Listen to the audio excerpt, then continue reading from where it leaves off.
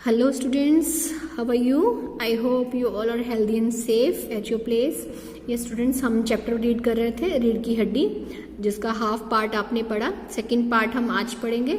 इसमें अब तक आपने पढ़ा कि उमा नाम की लड़की, जिसके माता पिता का नाम है राम स्वरूप और प्रेमा, उसको लड़के वाले देखने आते हैं, जिसमें एक लड़का होता है और उसके पिता होते हैं। लड़के का नाम है शंकर और पिता का नाम है गोपाल प्रसाद। तो ये दोनों देखने आते हैं। उमा से उसकी माँ पहले से ही बोलती है कि थोड़ा सज धज कर उनके सामने आए, लेकिन उमा अभी तक अपने कमरे में मुंह फुलाकर बैठी है, क्योंकि वो विवाह भी नहीं करना चाहती है। और जो रामस्वरूप की बातों से पता चलता है कि जो लड़के वाले हैं वो थोड़े नैरो माइंडेड हैं, दकियानुसी विचारों के हैं। वो चाहते हैं कि उनकी जो बहू है वो कम पढ़ी लिखी हो। तो अब वो उनके घर आए हुए हैं और चाय नाश्ता कर रहे हैं। तो आगे का पाठ पढ़ते हैं हम। अब रामस्वरूप उन्हें चाय दे रहे हैं, प्याला पकड़ाते हैं। शंकर, सुना है सरकार अब ज्यादा चीनी लेने वालों पर टैक्स लगाएगी। गोपाल प्रसाद चाय पीते हुए, सरकार जो चाहे सो कर ले, पर अगर आमदनी करनी है तो सरकार को बस एक पर टैक्स लगाना चाहिए। रामस्वरूप शंकर को प्याला पकड़ाते हुए, वह क्या, खूबसूरती पर टैक्स। रामस्वरूप और शंकर हंस पड़ते हैं। मजाक नहीं साहब, यह ऐसा टैक्स है जनाब की देने वाला चूं भी नहीं करेंगे। बस शर्त यह है कि हर एक औरत पर छोड़ दिया जाए कि वह अपनी खूबसूरती के स्टैंडर्ड के माफिक अपने ऊपर टैक्स तय कर ले, फिर देखिए सरकार की कैसी आमदनी बढ़ती है। रामस्वरूप जोर से हंसते हुए, वाह वाह, खूब सोचा आपने। वाकई आजकल यह खूबसूरती का सवाल भी बेढब हो गया है। हम लोगों के जमाने में तो यह कभी उठता भी न था। तश्तरी गोपाल प्रसाद की तरफ बढ़ाते हैं। लीजिए, तश्तरी यानी प्लेट, खाने पीने की जो प्लेट्स होती हैं। गोपाल प्रसाद समोसा उठाते हुए, कभी नहीं साहब, कभी नहीं। रामस्वरूप शंकर की ओर मुखातिब होकर, आपका क्या ख्याल है शंकर बाबू? शंकर, किस मामले में? रामस्वरूप, यही कि शादी तय करने में खूबसूरती का हिस्सा कितना होना चाहिए। गोपाल प्रसाद बीच में ही, यह बात दूसरी है बाबू रामस्वरूप, मैंने आपसे पहले भी कहा था लड़की का खूबसूरत होना निहायत जरूरी है। कैसे भी हो, चाहे पाउडर वगैरह लगाए चाहे वैसे ही। बात यह है कि हम और आप भी मान जाएं, मगर घर की औरतें तो राजी नहीं होती। आपकी लड़की तो ठीक है, मतलब ये चाहता है कि बहू सुंदर होनी चाहिए। जी हाँ, वह तो आप देख ही लीजिएगा। गोपाल प्रसाद, देखना क्या, जब आपसे इतनी बातचीत होगी है तब तो ये रस्म ही समझिए। रामस्वरूप, यह तो आपका मेरे ऊपर भारी एहसान है। गोपाल प्रसाद, और जायचा यानी जन्म पत्री तो मिल ही गया होगा। रामस्वरूप, जी जायचे का मिलना क्या मुश्किल बात है, ठाकुर जी के चरणों में रख दिया, बस खुद ब खुद मिला हुआ समझिए। यह ठीक कहा आपने, बिल्कुल ठीक, लेकिन हाँ, यह जो मेरे कानों में भनक पड़ी है यह तो गलत है ना। रामस्वरूप चौंक कर, क्या? वह पढ़ाई लिखाई के बारे में? जी हाँ, साफ बात है साहब, हमें ज्यादा पढ़ी लिखी लड़की नहीं चाहिए। मेम साहब तो रखनी नहीं है, कौन भुगतेगा उसके नखरों को, बस हद से हद मैट्रिक पास होनी चाहिए। क्यों शंकर? शंकर, जी हाँ, कोई नौकरी तो करानी नहीं, नौकरी का तो सवाल ही नहीं उठता। और क्या साहब, देखिए कुछ लोग मुझसे कहते कि जब आपने अपने लड़के को BA MA तक पढ़ाया है तब उनकी बहुएं भी ग्रेजुएट लीजिए। भला पूछिए ही नकल के ठेकेदारों से, क्या लड़कों और लड़कियों की पढ़ाई एक ही बात है? अब ये लड़के और लड़कियों में भी अंतर समझते हैं। अरे मर्दों का तो काम है पढ़ना और काबिल होना, मगर औरतें भी वही करने लगी, अंग्रेजी अखबार पढ़ने लगी और पॉलिटिक्स वगैरह पर बहस करने लगी, तब तो हो चुकी गृहस्थी। जनाब, मोर के पंख होते हैं मोरनी के नहीं, शेर के बाल होते हैं शेरनी के नहीं। अब इस पैरा में उसने लड़के और लड़कियों में अंतर बताया कि लड़के पढ़ सकते हैं, लड़कियों को पढ़ने का हक नहीं है। देखिए कितना गलत आदमी है ये। रामस्वरूप, जी हाँ, और मर्द के दाढ़ी होती है औरत के नहीं। फिर वो हंसने लगता है करके। शंकर भी हंसता है, मगर गोपाल प्रसाद गंभीर हो जाते हैं। गोपाल प्रसाद, हाँ हाँ, वह भी सही है। कहने का मतलब है कि कुछ बातें दुनिया में ऐसी हैं जो सिर्फ मर्दों के लिए हैं, और ऊंची तालीम उन चीजों में से एक है। इसके अकॉर्डिंग ऊंची शिक्षा केवल मर्द हासिल कर सकते हैं। रामस्वरूप, चाय और लीजिए। धन्यवाद, पी चुका। रामस्वरूप, आप? गोपाल प्रसाद, बस साहब अब तो खत्म ही कीजिए। रामस्वरूप, आपने तो कुछ खाया ही नहीं, चाय के साथ टोस्ट नहीं थे क्या? क्या बताएं, वह मक्खन। गोपाल प्रसाद, नाश्ता ही तो करना था साहब, कोई पेट तो भरना नहीं था, और फिर टोस्ट वोस्ट में खाता भी नहीं। राम स्वरूप मेज को एक तरफ सरका देते हैं और अंदर के दरवाजे की तरफ मुंह करके जरा जोर से, अरे जरा पान भिजवा देना, सिगरेट मंगवाऊं? गोपाल प्रसाद, जी नहीं। पान की तश्तरी हाथों में लेकर उमा आ जाती है, सादगी के कपड़े, गर्दन झुकी हुई। बाबू गोपाल प्रसाद आंखें गड़ाकर और शंकर आंखें छिपाकर उसे ताक रहे हैं। राम स्वरूप, यही आपकी लड़की है, लाओ बेटा पान मुझे दो। उमा पान की तश्तरी अपने पिता को दे देती है। उस समय उसका चेहरा ऊपर की ओर उठ जाता है और नाक पर रखा सोने की रिम वाला चश्मा दिखता है। बाप बेटा चौंक जाते हैं। गोपाल और शंकर एक साथ, चश्मा? राम स्वरूप जरा सक पकाकर, जी वह तो पिछले महीने इसकी आंखें दुखनी आ गई थी, सो कुछ दिनों के लिए चश्मा लगाना पड़ रहा है। अब वो ये झूठ बोल रहे हैं राम स्वरूप। पढ़ाई वढ़ाई की वजह से तो नहीं है कुछ? राम स्वरूप, नहीं साहब, वह तो मैंने अर्ज किया था ना। गोपाल प्रसाद, बैठो बेटी। राम स्वरूप, वहां बैठ जाओ उमा, उस तख्त पर अपने बाजे बाजे के पास। उमा बैठती है।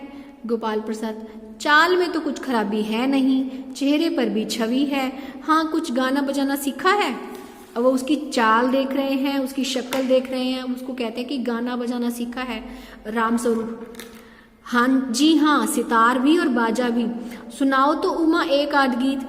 उमा सितार उठाती है। थोड़ी देर बाद मीरा का मशहूर गीत मेरे तो गिरधर गोपाल दूसरों ना कोई गाना शुरू कर देती है।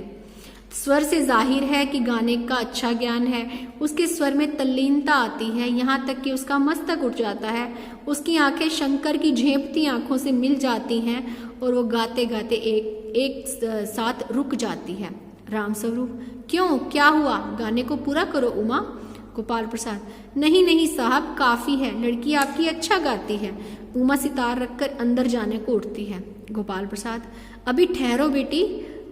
राम स्वरूप, थोड़ा और बैठी रहो उमा। उमा बैठ जाती है। गोपाल प्रसाद उमा से क्या कहते हैं, तो तुमने पेंटिंग वेंटिंग भी? उमा चुप रहती है। राम स्वरूप, हाँ वह तो मैं आपको बताना ही भूल गया, ये जो तस्वीर टंगी हुई है ना कुत्ते वाली, इसी ने खींची है, और वह उस दीवार पर भी। गोपाल प्रसाद, यह तो बहुत अच्छा है, और सिलाई वगैरह? राम स्वरूप, सिलाई तो जी सारे घर की इसी के जिम्मे रहती है, यहाँ तक कि मेरी कमीजें भी। अब वो पूछ किससे रहे हैं? उमा से, और जवाब कौन दे रहा है? उसके पिता। गोपाल प्रसाद, ठीक, लेकिन हाँ बेटी, तुमने कुछ इनाम विनाम भी जीते हैं? उमा चुप। राम स्वरूप इशारे के लिए खांसते हैं, लेकिन उमा चुप रहती है और वो भी गर्दन झुकाए हुए। गोपाल प्रसाद अधीर हो उठते हैं और राम स्वरूप सक पकाते हैं। राम स्वरूप, जवाब दो उमा। गोपाल प्रसाद से, जरा शर्माती है, इनाम तो जी इसने। गोपाल प्रसाद अब रूखी आवाज में बोलते हैं, जरा इसे भी तो मुंह खोलना चाहिए।